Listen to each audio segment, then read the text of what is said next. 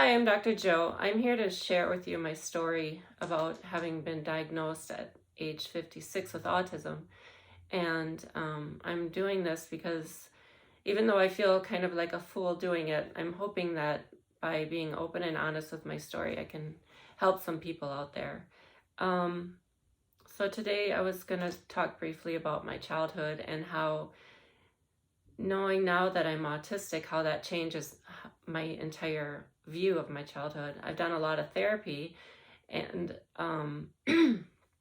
much of it was focused on how much my parents had left me alone. They let me cry it out. They left me alone from the time I was in middle school, I think, maybe even, well, for hours at a time when I was in elementary school, but then for weekends from middle school on up. And in high school, I ate breakfast alone. I went to school alone. I came home from school alone. Then I was alone for like many weekends.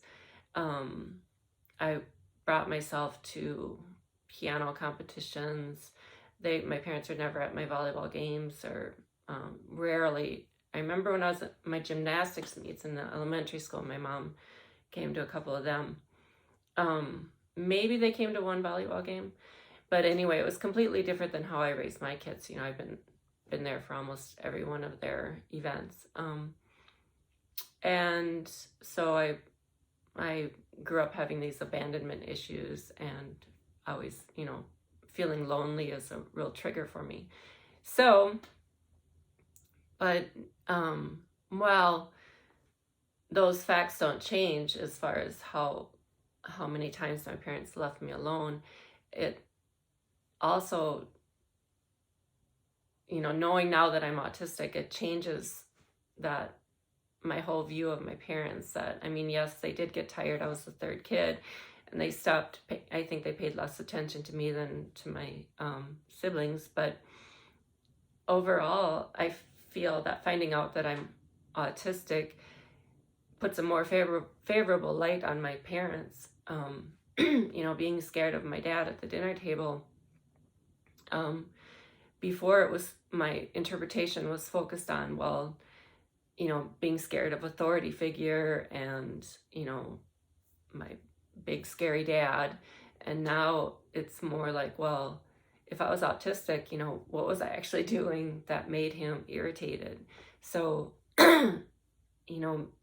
maybe I was bouncing around or being, wholly inappropriate. And back then they really had no idea what to do with that. And so they thought I was just being obnoxious. And so he was trying to discipline me in the way he knew how.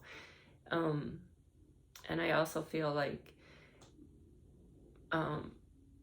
they did leave me alone a lot, but they were always there for my, they got me to my doctor's appointments, got me to, if I needed rides to meets or whatever, even if they didn't come to the games or meets, at least they drove me there. And sometimes in high school, I remember sitting for hours discussing Ayn Rand with my mom, and she just sat there and listened to me. So, they did, I think, now my interpretation seems to be changing a little more, that,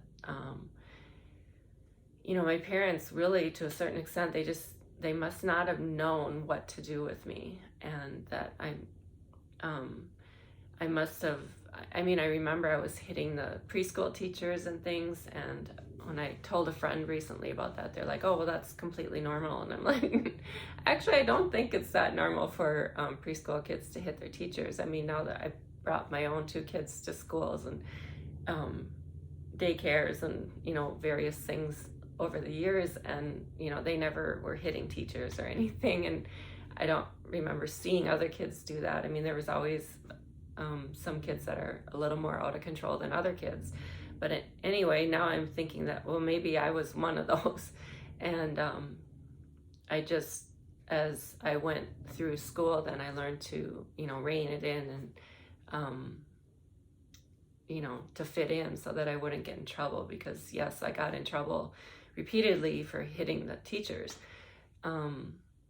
So I'm thinking that to a certain extent, they weren't sure what to do with me. And also with my big emotions. I, compared to my siblings, I think I was crybaby. I always wanted attention.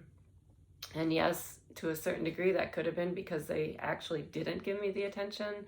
But I also feel like now, knowing that I'm autistic, that I think inside of me, the feelings of abandonment and just wanting to connect and all that, those feelings were so huge and so much bigger than they are in, someone who isn't autistic.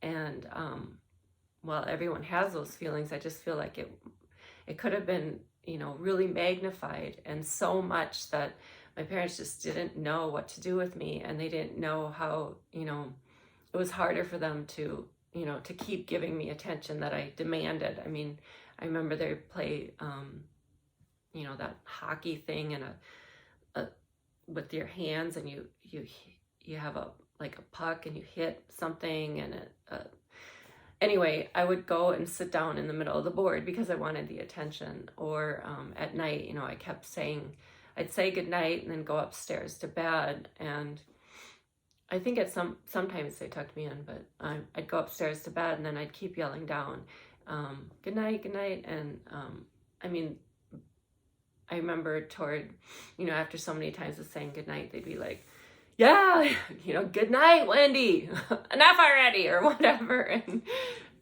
because I couldn't stop saying good night because it was like I had an itch that I couldn't get scratched. And, I remember that. And,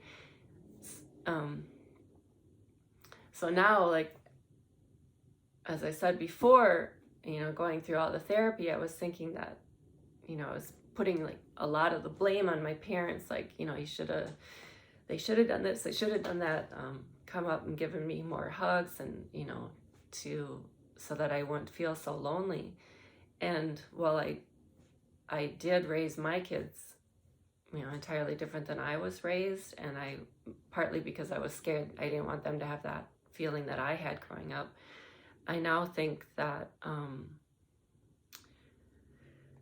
that again, yes, they should have come up to tuck me in more, but I think I probably was, a lot to deal with. And at some point, both parents working full-time jobs, they got tired, and they were, it was like they'd already given me a hug and said goodnight. And so if I did that every night, they got tired of that. So anyway, I'm still working through it all, trying to figure it out, but those are my initial thoughts on how finding out that I'm autistic at 56 has changed my narrative of my childhood.